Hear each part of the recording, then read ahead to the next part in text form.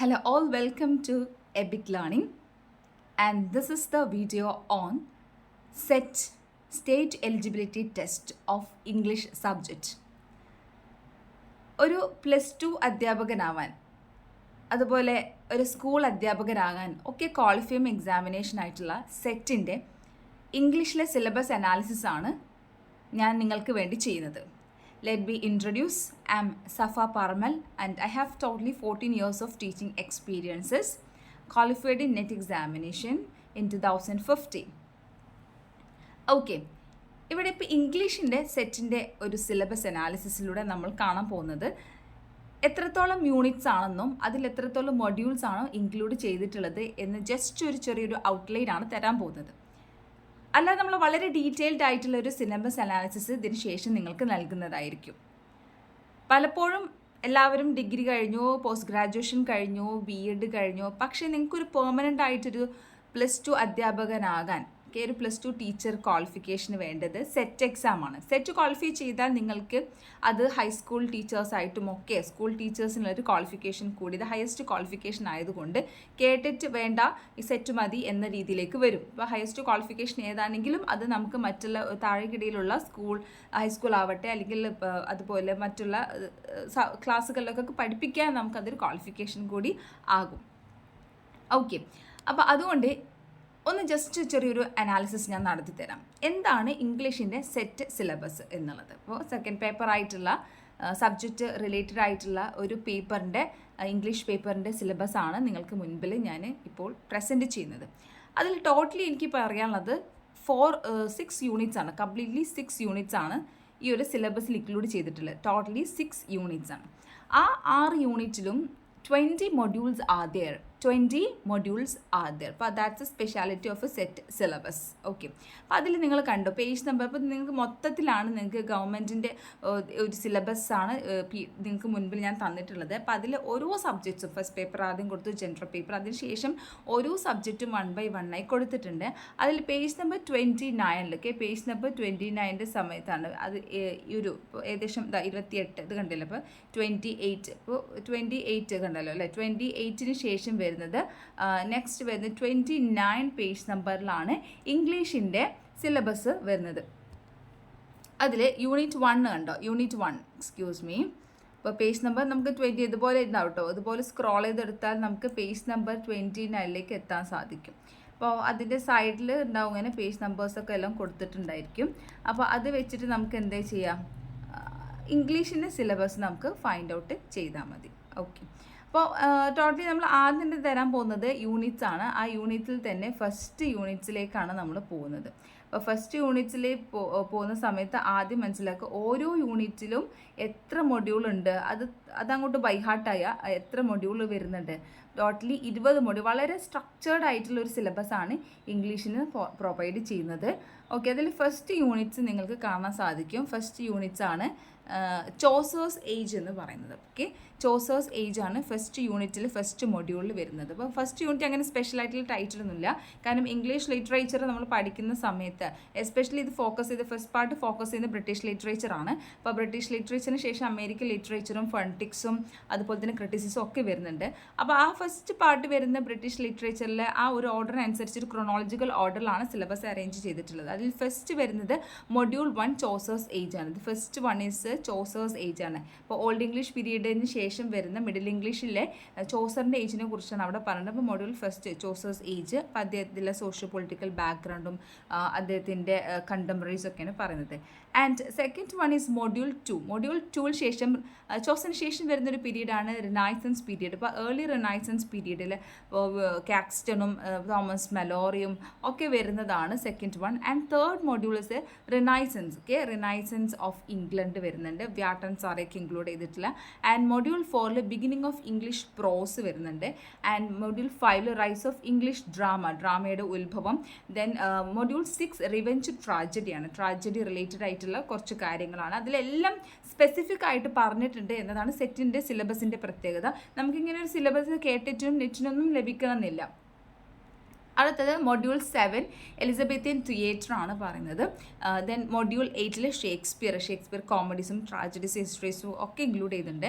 And module 9 language. ഇപ്പോൾ language that means Shakespearean സോണറ്റ്സും folio quarto അതൊക്കെ വരുന്നതാണ് module 9. And module 10 includes metaphysical poetry John Donne and the importance poems of John Donne. And module 11 Puritan England, ആ ഒരു restoration പീരീഡിൻ്റെ തൊട്ട് മുൻപായിട്ടിരുന്ന Commonwealth പീരീഡിലുള്ള പ്യൂരിറ്റൻസിൻ്റെ കാര്യങ്ങളൊക്കെ പറഞ്ഞു. And module 12 John Milton's Paradise Lost. And module 13 the restoration പീരീഡാണ് മെയിനായിട്ട് പറയുന്നത്. Restoration എന്ന് പറഞ്ഞാൽ ചാൾസ് ഫസ്റ്റിനെ നാട് കടത്തിയിട്ട് ഫ്രാൻസിലേക്ക് നാട് കടത്തുന്നു. അദ്ദേഹത്തിൻ്റെ മകൻ ചാൾസ് സെക്കൻഡ് റിട്ടേൺ ചെയ്യുന്നു. ആ സമയത്ത് ഉണ്ടാകുന്ന ഇംഗ്ലണ്ടിലെ രാജഭരണം തിരിച്ചു പിടിക്കുന്ന റെസ്റ്റോറേഷൻ പീരീഡ് എന്ന് പറഞ്ഞ്. ആൻഡ് മൊഡ്യൂൾ 14 പറയുന്നത് ന്യൂ ക്ലാസിക്കൽ ഏജ് ആണ്. Module 15 heroic drama. And module 16 popular prose writing. And module 17 Dryden and Pope, new classical പീരീഡിലെ important writers Dryden and Pope. And module 18 doctor Johnson. And module 19 rise of the novel. And module 20 transition and poetry. Transition means so neoclassical is going to end and the next period, romantic period, is going to start. That is the transition period. Graveyard poets, Thomas Gray is a very important poem, that is an elegy written in a country churchyard. Everything is included in the module 20. So ഈ 20 modules ആണ് unit 1 include ചെയ്തിട്ടുള്ളത്. Clear? And next one unit 2. Okay, unit 2 നമുക്ക് പറയാനുള്ളത് ഇതുപോലെ 20 modules ആണ്. The first module is the beginning of romanticism. നമ്മൾ first units ended with this transition period and the unit second starts with the romantic period. Then module 2 preface to lyrical ballads. That's important work in the romantic period. And module 3 early romantics. Romanticsനെ നമുക്ക് early romantic writers and late romantic writers ആയിട്ട് divide ചെയ്യാം. And here early romantic writersനെ കുറിച്ചിട്ടുള്ള informations module 3. And module 4 later romantics. And module 5 gothic novels. ആ സമയത്തിൽ important ആയി നോവൽസിലെ ഏറ്റവും special ആയിട്ടുള്ള നോവലാണ് ഗോതിക് നോവൽസ്. ദ ഫ്രാങ്കൻസ്റ്റീൻ ഒക്കെ പോലെയുള്ള ബേരി ഷെല്ലിയുടെയും ഹൊറേസ് വാൽപോളിൻ്റെയും ഇമ്പോർട്ടൻ്റ് ആയിട്ടുള്ള നോവൽസ് ആണ് ഈ ഗോതിക് നോവലിൽ ഇൻക്ലൂഡ് ചെയ്തിട്ടുള്ളത്. And module 6 historical novel. Walter സ്കോട്ടൊക്കെ പോലെ അദ്ദേഹത്തെക്കുറിച്ച് പറയുന്നത്. മൊഡ്യൂൾ 7 പ്രോസും അതുപോലെ 8 ഏർലി ഫെമിനിസ്റ്റ് റൈറ്റിംഗ്സ് ഇതിനെക്കുറിച്ച് ഇവിടെ മെൻഷൻ ചെയ്യുന്നുണ്ട്. And module 9 Victorian age. ഇപ്പം romantic ages enter, then Victorian age information is also included in the second unit, beginning of Victorian age. And module 10 Victorian poetry. And module 11 pre Raphaelite റൈറ്റേഴ്സിനെ കുറിച്ച് പറയുന്നുണ്ട്. And module 12 aestheticism, then Victorian prose, Victorian biography, Victorian novel. Victorian novels important Charles Dickens and Thomas Hardy. Then Victorian women നോവലിസ്റ്റിൻ്റെ ഒരു influence അവിടെ വരുന്നുണ്ട്. പിന്നെ Victorian drama, comedy of manners Oscar Wilde's and George Bernard ഷെഡ് ഒക്കെ ഇവിടെ discuss ചെയ്യുന്നുണ്ട്. And next one is transition. ഇപ്പോൾ എസ്പെഷ്യലി ജി എം ഹോപ്കിൻസിൻ്റെ സ്പെഷ്യലായിട്ടുള്ള കുറച്ച് ടേംസ്, ഇപ്പോൾ ഇൻസ്കേപ്പ്, ഇൻസ്ട്രസ് ഒക്കെ പോലെയുള്ളത് പറയുന്നുണ്ട്. Then Victorian age and colonial enterprises. ഇപ്പോൾ ലോർഡ് മെക്കളുടെ മിനിറ്റ്സ് ആൻഡ് ഏർണോൾഡിൻ്റെ കൾച്ചറൽ ആനക്കി, അതൊക്കെയാണ് ഈ ലാസ്റ്റ് പാർട്ടിൽ വരുന്നത്. So these are the 20 modules included in the unit 2. And next one is unit 3. Unit 3 നമ്മൾ പറയുന്നത് മോഡേൺ പീരീഡിലേക്കാണ് കടക്കുന്നത്. 20th century, especially the world war time, contemporary British literature ഒക്കെയാണ്. അതിൽ first one is Edwardian period. World war ഫസ്റ്റിലുള്ളതും ഒക്കെ കാര്യങ്ങളാണ് മെയിനായിട്ട് വരുന്നത്. മോഡേൺ പീരീഡിന് ആ ടൈമിനെയാണ് അവിടെ ഫോക്കസ് ചെയ്യുന്നത്. War poets and pink poets. W.H. ഓഡൻ്റെ, ഇപ്പോൾ മാക്സ് പോണ്ടെ എന്ന് പറഞ്ഞ കുറച്ച് ഗ്രൂപ്പ് ഓഫ് റൈറ്റേഴ്സ് ഉണ്ടായിരുന്നു 1930s, പോയിറ്റ്സ് ഓഫ് 1930s എന്ന് പറയുന്നത്. അവർക്ക് പറയുന്ന മറ്റൊരു പേരാണ് പിങ്ക് പോയിറ്റ്സ് എന്ന് പറയുന്നത്. ദെൻ അവന്ത് ഗാർഡ് റൈറ്റിംഗ്സ് വരുന്നുണ്ട്. അതിൽ സിംബലിസ്റ്റ് മൂവ്മെൻറ്റും W.B. ഈറ്റ്സും അത് സറിയലിസം, ജിലം തോമസും ഒക്കെ വരുന്നതാണ് ഈ പിന്നെ അവന്ത് ഗാർഡിൽ വരുന്നത്. ഇന്നോവേഷൻസ് പുതിയതായിട്ടുള്ളത്. ദെൻ മോഡേണിസ്റ്റ് പോയിട്രിയിൽ T.S. Eliot, it's included in modern poetry. And verse ഡ്രാമയിൽ T.S. Eliot, അപ്പോൾ അദ്ദേഹത്തിന് വേസ്റ്റ് ഒക്കെ വളരെ ഇമ്പോർട്ടൻ്റ് ആണ്. വേൾഡ് വാർ സെക്കൻഡിന് ശേഷം, അപ്പോൾ വേൾഡ് വാർ ഫസ്റ്റ് പറഞ്ഞു, after second world war important writers Philip Larkin, അതുപോലെ തന്നെ Ted Hughes and Seamus Heaney. പ്രോസിലാണ് G.K. ചെസ്റ്റർട്ടൺ ആൻഡ് പിന്നെ ബർട്രാൻഡ് റസൽ. ദെൻ പ്രോസിലാണെങ്കിൽ നമ്മൾ പറഞ്ഞു. ആൻഡ് 20th century നോവൽസ് വരികയാണെങ്കിൽ വെർജീനിയ വൂൾഫ് അല്ലേ, Virginia Woolf, Joseph Conrad. Then early modernism, അപ്പോൾ D.H. ലോറൻസിൻ്റെ സൈക്കോളജിക്കൽ നോവൽ, ജെയിംസ് ജോയ്സിൻ്റെ, അതുപോലെ Virginia Woolf, Aldous Huxley, George Orwell, William Golding. These are the important writers. Okay. Then drama പറയുകയാണെങ്കിൽ Henrique ഇബ്സൻ്റെ അല്ലേ, problem place ഒക്കെ എല്ലാവർക്കും അറിയാം. Henrique Ibsen, Irish dramatic movement, ഇപ്പോൾ അബി തിയേറ്റർ അല്ലേ, അബി തിയേറ്റർ, WBEHS സിഞ്ച് അല്ല, ആ ഒരു ഗ്രൂപ്പ് തന്നെ നമുക്ക് പഠിക്കാനുണ്ട്. പിന്നെ പോസ്റ്റ് വാർ ഡ്രാമയിൽ അതുപോലെ കിച്ചൻ സിംഗ് ഡ്രാമയൊക്കെ മെൻഷൻ ചെയ്യുന്നുണ്ട്. Then absurd, theatre of absurd very important. അതിൽ Samuel Beckett, Harold Pinter, waiting for Godot, birthday party, important ആയിട്ടുള്ള ഡ്രാമയൊക്കെ ഇവിടെ തിയേറ്റർ ഓഫ് അബ്സർഡിൽ പറയുന്നുണ്ട്. Then recent trends in British writings വരുന്നുണ്ട്. ദെൻ ഇമിഗ്രൻറ്റ് റൈറ്റിംഗ്, ഇപ്പോൾ കസുവോ ഇഷിഗുരു ഒക്കെ പോലെ writers also included in this third unit. Okay, and let's moving on to the fourth unit. Fourth unitലെ അമേരിക്കൻ ലിറ്ററേച്ചറും Indian ലിറ്ററേച്ചറും ഒക്കെ ഇൻക്ലൂഡ് ചെയ്തിട്ടുള്ളതാണ് fourth unit. അപ്പോൾ British literature is wind up within the 3 units. Okay, unit 1, unit 2 and unit 3. And now the unit 4. unit 4ൽ പറയുന്നത് American and Indian ലിറ്ററേച്ചറാണ്. അപ്പോൾ American ലിറ്ററേച്ചറിൽ നമുക്ക് നോക്കാം. ഫസ്റ്റ് മോഡ്യൂൾ തന്നെ പിൽഗ്രിം ഫാദേഴ്സായിട്ട് puritanism in America, romanticism in America, അതിനുശേഷം Walt Whitman, Dickinson, Emily Dickinson ഒക്കെ, Edgar Allan Poe, important ആയിട്ടുള്ള നമ്മൾ കേട്ടിട്ടുള്ള റൈറ്റേഴ്സിനാണ് ഇതിൽ വരുന്നത്. പിന്നെ റോബർട്ട് ഫ്രോസ്റ്റ് പറയേണ്ടല്ലോ, വളരെ ഇമ്പോർട്ടൻ്റ് ആയിട്ടുള്ള ഒരു പോയിറ്റാണ്.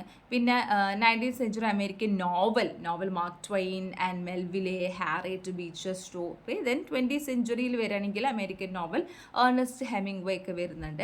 ഹാർലം റിനൈസൻസ്, അത് വളരെ ഇമ്പോർട്ടൻ്റ് ആണ് അമേരിക്കൻ ലിറ്ററേച്ചറിൽ. Then beginning of Indian poet, അപ്പോൾ അതാണ് നമുക്ക് അമേരിക്കൻ ലിറ്ററേച്ചറിൽ ആദ്യത്തെ ഫസ്റ്റ് 6 modules ആണ് അമേരിക്കൻ ലിറ്ററേച്ചറിനെ ഫോക്കസ് ചെയ്യുന്നത്. Module 7th onwards the beginning of Indian പോയട്രിയാണ്. ഇപ്പോൾ ബിഗിനിങ് ഓഫ് ഇന്ത്യൻ പോയട്രിയിൽ ഇപ്പോൾ വെസ്റ്റേൺ ഇൻഫ്ലുവൻസ് വരുന്നതും മധുസൂദനൻ ദത്തിൻ്റെ, ശ്രീ ഓറോബിന്ദോ, ടാഗോർ, കുറേ ഏർലിസ്റ്റ് ആയിട്ടുള്ള റൈറ്റേഴ്സിനെ ഫസ്റ്റ് മെൻഷൻ ചെയ്ത്. പിന്നെ മൊഡ്യൂൾ 8ൽ ഇന്ത്യൻ ഇംഗ്ലീഷ് പോയിട്രി, ഇപ്പോൾ ഇന്ത്യൻ ഇംഗ്ലീഷ് പോയിട്രിയെ കുറിച്ച് ഇപ്പോൾ നസീം ഇസിക്കിയലും KK ദർവാല പോലുള്ള റൈറ്റേഴ്സിനെ ഇവിടെ ഇൻക്ലൂഡ് ചെയ്തിട്ടുണ്ട്. Then module 9 Indian English novel, Rajarao, ഏറ്റവും ഏർലിയസ്റ്റ് നോവൽ രാജാറാവു, അതുപോലെ RK നാരായണ ഒക്കെ പോലെ റൈറ്റേഴ്സ്.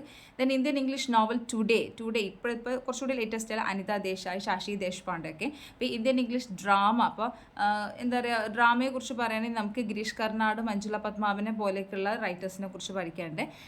അത് രണ്ടാമത്തെ ഭാഗം കേട്ടോ. അപ്പോൾ ഈ 4th യൂണിറ്റിൽ നമുക്ക് ഡിഫറെൻ്റ് ആയിട്ട് ലിറ്ററേച്ചറാണ്. ഫസ്റ്റ് അമേരിക്കൻ ലിറ്ററേച്ചർ പറഞ്ഞു, ദെൻ ഇന്ത്യൻ ലിറ്ററേച്ചർ പറഞ്ഞു. ഇനി module 12th onwards African literature. Okay, African literature and colonialism. അപ്പോൾ ആഫ്രിക്കൻ ലിറ്ററേച്ചറിൽ ഇപ്പോൾ ലെപ്പോൾ സെങ്കുറും ക്രിസ്റ്റഫർ ഒക്കിബോ വരുന്നുണ്ട്, ചിനു അച്ചീബി. ദെൻ ആഫ്രിക്കൻ ലിറ്ററേച്ചറും പോസ്റ്റ് കൊളോണിയലിസം. ഓക്കെ, അതിനുശേഷം നമുക്ക് വരുന്ന ജോൺ പേപ്പർ ക്ലാർക്ക്, അങ്ങനെ ഇമ്പോർട്ടൻ്റ് ആയിട്ടുള്ള റൈറ്റേഴ്സ് ഉണ്ട്. പിന്നെ മൊഡ്യൂൾ 40ൽ ഒരു കരീബിയൻ ഇൻ്റലക്ച്വൽ ട്രഡീഷനിൽ വരുന്നുണ്ട് കുറച്ച് റൈറ്റേഴ്സ്. മൊഡ്യൂൾ 50ൽ കരീബിയൻ ലിറ്റററി ട്രഡീഷൻസ് പിന്നെ VS നെപ്പോളിനൊക്കെ പോലെ. ദെൻ കനേഡിയൻ ലിറ്ററേച്ചർ വരുന്നുണ്ട്. അതുപോലെ നമ്മളിതൊരു ആഫ്രിക്കൻ പറഞ്ഞു, ഇനി കനേഡിയൻ ലിറ്ററേച്ചറിൽ കുറച്ച് ഇമ്പോർട്ടൻ്റ് ആയിട്ടുള്ള കാര്യങ്ങൾ അതിൽ മൾട്ടി കൾച്ചറൽസും ഡയസ്പോറ റൈറ്റേഴ്സിനും ഒക്കെ പറയുന്നുണ്ട്. നെക്സ്റ്റ് വരുന്നത് ഓസ്ട്രേലിയ. ഇപ്പോൾ കനേഡിയൻ പറഞ്ഞു, ദെൻ ഓസ്ട്രേലിയൻ ലിറ്റററി ഹിസ്റ്ററി, ഇപ്പോൾ Australian literature included Patrick White ഒക്കെ പോലെ writers. Then module 20 South Asian ലിറ്ററേച്ചറാണ്. സൗത്ത് ഏഷ്യൻ ലിറ്ററേച്ചറിന് ആണ് കൂടി എഴുതി ഇത് വൈൻഡപ്പ് ചെയ്യാണ്. അപ്പോൾ നമുക്ക് ഒരുപാട് റൈറ്റേഴ്സ് നോൺ ബ്രിട്ടീഷ് ലിറ്ററേച്ചർ എന്ന ഒരു കാറ്റഗറിയിൽ കൊണ്ടുവരാം. American literature, Indian literature, African literature, Canadian literature and Australian literature. This is the hybrid unit. Okay. Now next one is the unit 5. Unit 5 is complete about the language, English language teaching and history of a structure of English language ഒക്കെയാണ്. അതിൽ നമുക്ക് പഠിക്കൽ ഫെൻറ്റിക്സ് പഠിക്കാനുണ്ട്, sounds പഠിക്കാനുണ്ട്. Then Indo European family of languages പറയാനുണ്ട്, old English, middle English, അതൊക്കെ ആ സമയത്തുള്ള ലാംഗ്വേജിനെ കുറിച്ചിട്ടാണ് പറയുന്നത്, ഹിസ്റ്ററി അല്ല. Especially focus on what the language of that period. പിന്നെ ഇംഗ്ലീഷ് അറ്റ് ദ റിനൈസൻസ് പീരീഡിൽ എന്തൊക്കെയാണ് ലാംഗ്വേജിൽ വരുന്നത്. പിന്നെ ഇംഗ്ലീഷ് ഓവർസീസിൽ വരുന്ന അമേരിക്കൻ ഇന്ത്യൻ ഇംഗ്ലീഷ് വരുന്നുണ്ട്. പിന്നെ ഇംഗ്ലീഷ് ഇൻ പോസ്റ്റ് കൊളോണിയൽ വേൾഡിൽ എങ്ങനെയാണ് ഇംഗ്ലീഷിന് ഒരു പോസ്റ്റ് കോളനൈസേഷനൊക്കെ ശേഷം വരുന്നത് എങ്ങനെയാണ്. പിന്നെ ലാംഗ്വേജ് ലേണിങ്ങിൻ്റെ അപ്രോച്ചസ് എന്താണ്, അത് ടീച്ചിങ്ങിനെ കുറിച്ച് പറയുന്നത്. മൊഡ്യൂൾ 11 ഓൺവേർഡ്സ് എന്താണ്, നമ്മൾ ഇംഗ്ലീഷ് ലാംഗ്വേജ് ടീച്ചിങ്ങിലേക്ക് പോകുന്നുണ്ട്. ഇപ്പോൾ ഇംഗ്ലീഷ് ലാംഗ്വേജ് ടീച്ചിങ്, ഇപ്പോൾ theory of language, history of English language teaching in India, English as a second language ESL, methods of language teaching, പിന്നെ learner faculty, classroom procedure, teaching materials and test and evaluation, ഇതൊക്കെ നമുക്ക് പഠിക്കുന്നതാണല്ലേ ബി.എഡിനൊക്കെ. പിന്നെ keywords എന്തൊക്കെയാണ്, ഇതൊക്കെയാണ് last നമ്മുടെ 5th മൊഡ്യൂളിൽ വരുന്നത്. ഇനി 6th മൊഡ്യൂളിൽ വരുന്നത് criticism, literary theory and criticism. വളരെ സിമ്പിൾ ആയിട്ടുള്ള കാര്യങ്ങളാണ്. ഇപ്പോൾ Aristotle, starting with ancient writers അല്ലേ, ക്ലാസിക്കൽ ക്രിറ്റിക്സ് ആയിട്ടുള്ള അരിസ്റ്റോട്ടിലിനെ കുറിച്ച് പറയുന്നുണ്ട്. Then second modules romantic critical writers ആണ്. ആൻഡ് തേർഡ് മൊഡ്യൂളിൽ മാത്യു ഏർണാൾഡ് വിക്ടോറിയൻ പീരീഡിൽ വരുന്നുണ്ട്. മൊഡ്യൂൾ 4 വില്യം എംസൺ പോലെയുള്ള പിന്നെ ന്യൂ ക്രിറ്റിക്സ് ആയിട്ടുള്ള അയ്യർ റിച്ചാർഡൊക്കെ. പിന്നെ ലിബറൽ ഹ്യൂമനിസത്തിൽ വരുന്നു, മാർക്സിസ്റ്റ് ക്രിറ്റിസിസം വരുന്നുണ്ട്. പിന്നെ സൊഷൂർ വളരെ ഇമ്പോർട്ടൻ്റ് ആയ പേഴ്സൺ ആണ്, അദ്ദേഹത്തിൻ്റെ സിമിയോട്ടിക്സ് ഒക്കെ. സൈക്കോ അനാലിറ്റിക് തിയറി, ഫ്രോയിഡിൻ്റെ psycho analytic theory. Then modernism വരുന്നുണ്ട്, പോസ്റ്റ് മോഡേൺ ക്രിറ്റിസിസം വരുന്നുണ്ട്, ഫെമിനിസ്റ്റ് ക്രിറ്റിസിസം വരുന്നുണ്ട്, ജെൻഡർ ആൻഡ് സെക്ഷുവാലിറ്റിയിലേക്ക് ഇൻക്ലൂഡ് ചെയ്യുന്നുണ്ട്. പിന്നെ post colonial criticism, Edward Said, Bill Ashcroft ഒക്കെ. പിന്നെ cultural materialism and new historicism, പുതിയ പുതിയ തിയറീസ് ഒക്കെ ഇൻക്ലൂഡ് ചെയ്യുന്നുണ്ട്. ദളിത് ഈസ്തറ്റിക്സ് വരുന്നുണ്ട്. And theories of translation related ആയിട്ട് some topics are given in the module 16. And cultural studies is very important part of the theory, and cultural studies very trending one. Then green studies, okay, green studies ആയിട്ട് ഒരു വന്ദന ശിവയൊക്കെ പോലെ ecology related ആയിട്ടുള്ളത്. Then Indian aesthetics ആയിട്ടുള്ള ഭാവ, വക്രോത്തി, രസ theory അല്ലെ, ധ്വനി theory, അലങ്കാര, അനുമാന രീതി, ഇത്രയാണ് ഇംഗ്ലീഷിൻ്റെ സിലബസിൽ വരുന്നത്. ഇനി ഓരോ യൂണിറ്റും വളരെ സ്പെസിഫിക് ആയിട്ട് നമുക്ക് സിലബസ് നിങ്ങൾക്ക് ആപ്പിൽ നമ്മൾ പ്രൊവൈഡ് ചെയ്യുന്നുണ്ടാവും. അപ്പോൾ എല്ലാവരും സെറ്റിന് വേണ്ടിയിട്ട് പ്രിപ്പയർ ചെയ്യുക. ഇങ്ങനെ വളരെ സിസ്റ്റമാറ്റിക് ആയിട്ട് പോകാൻ നമ്മുടെ കയ്യിൽ വളരെ സിസ്റ്റമാറ്റിക് ആയിട്ടുള്ളൊരു സ്റ്റഡി പ്ലാനിങ് ഉണ്ട്. ഒരുപാട് നല്ല ഫാക്കൽറ്റികളെ അണിനിരത്തിക്കൊണ്ടാണ് എബിക്കിൻ്റെ സെറ്റ് കോച്ചിങ് ഇംഗ്ലീഷ് മുന്നോട്ട് വരാൻ പോകുന്നത്. Okay, all the best. Thank you.